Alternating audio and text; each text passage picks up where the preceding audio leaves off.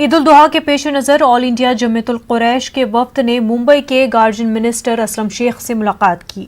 وفد نے اسلم شیخ سے گزارش کی کہ گرین زون میں بکرے کی منڈی لگانے کی اجازت دی جائے تاکہ قربانی کے جانور مسلمانوں کو دستیاب ہوں اور تاجروں کی بھی مدد ہو سکے۔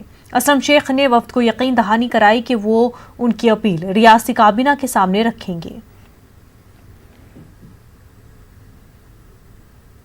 ممبئی میں ڈاکٹر بابا صاحب امبیڈکر کی رہائش گاہ راج گروہا پر نامعلوم افراد کے توڑ پھوڑ کے بعد مہاراشٹر حکومت ایکشن میں نظر آ رہی ہے۔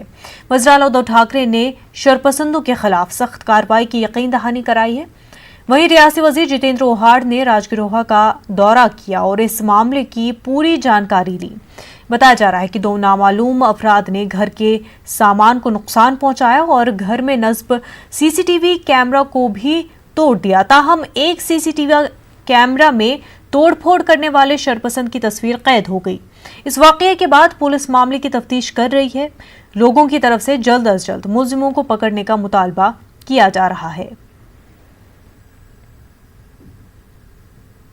دہلی کے فساد متاثرین کو کراول نگر کے ایس ڈی ایم کے ذریعے ہراساں کیے جانے کے معاملے پر دہلی اقلیتی کمیشن نے سخت رخ اختیار کیا ہے۔ دہلی اقلیتی کمیشن نے شمال مشرقی دہلی کے ڈی ایم کو نوٹس بھیجا ہے۔ کمیشن نے اس پورے معاملے کی جانچ کرنے اور قصوروار پائے جانے پر متعلقہ افسر کو ہٹانے کی بھی بات کہی ہے۔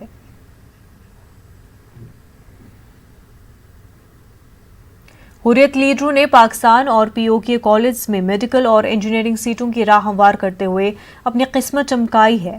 ایک انگریزی روزنامہ میں شائع خبر کے مطابق گزشتہ 2 دہائیوں کے دوران حریت ممبران اور دیگر علیحدگی پسند لیڈروں نے پاکستان اور پی او کے کالج میں جموں کشمیر کے بااثر خاندان، پولیس افسروں اور سیاستدانوں کے بچوں اور خود اپنے بچوں کو بھی میڈیکل اور انجینئرنگ سیٹوں کی راہ ہموار کرتے ہوئے اپنے مفادات پورے کیے ہیں۔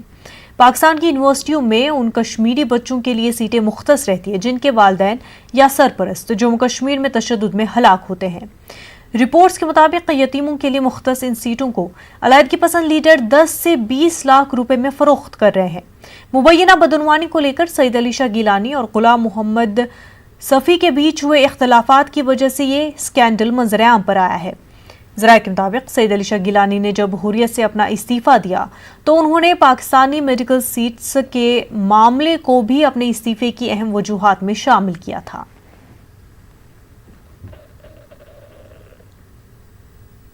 پاکستان نے ایک مرتبہ پھر فائر بندی معاہدے کی خلاف ورزی کرتے ہوئے پونچھ کے بالا کوٹ میں بلا اشتعال فائرنگ اور گولہ باری کی ہے۔ پاکستان کی گولہ باری میں خاتون ہلاک جبکہ ایک خاتون زخمی ہوئی ہے۔ زخمی خاتون کی حالت تشویشناک بتائی جا رہی ہے۔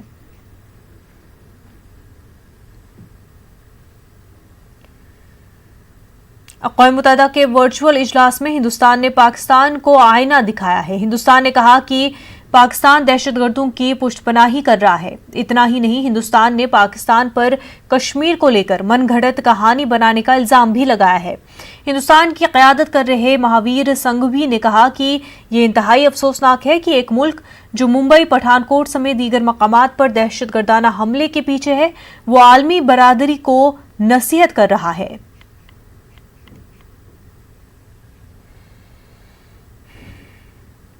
ملک میں کورونا کے 22,752 نئے معاملوں کی تصدیق ہوئی ہے جبکہ پچھلے 24 گھنٹوں کے دوران 482 افراد کی موت ہو چکی ہے۔ وزارت صحت کے ذریعے جاری تازہ اعداد و شمار کے مطابق ملک میں 4,56,831 افراد کورونا کو مات دے کر اپنے گھروں کو جا چکے ہیں۔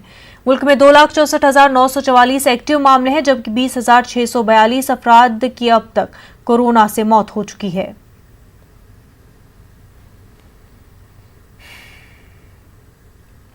پارلیمنٹ کا مانسون اجلاس اگست کے تیسرے یا آخری ہفتے سے ہو سکتا ہے۔ ذرائع کے مطابق پارلیمنٹ کا مانسون اجلاس لگ بھگ 1 مہینے کا ہوگا۔ پارلیمانی اصولوں کے مطابق پارلیمنٹ کا مانسون اجلاس 23 ستمبر تک اختتام پذیر ہو جائے گا۔ ذرائع کے مطابق مانسون اجلاس میں حکومت کو 11 آرڈیننس کو دونوں ایوانوں میں منظور کرانا ضروری ہے ورنہ یہ گر جائیں گی۔ اگر ایسا ہوتا ہے تو مرکزی کابینہ کو ان آرڈیننس کو دوبارہ منظور کروانا ہوگا۔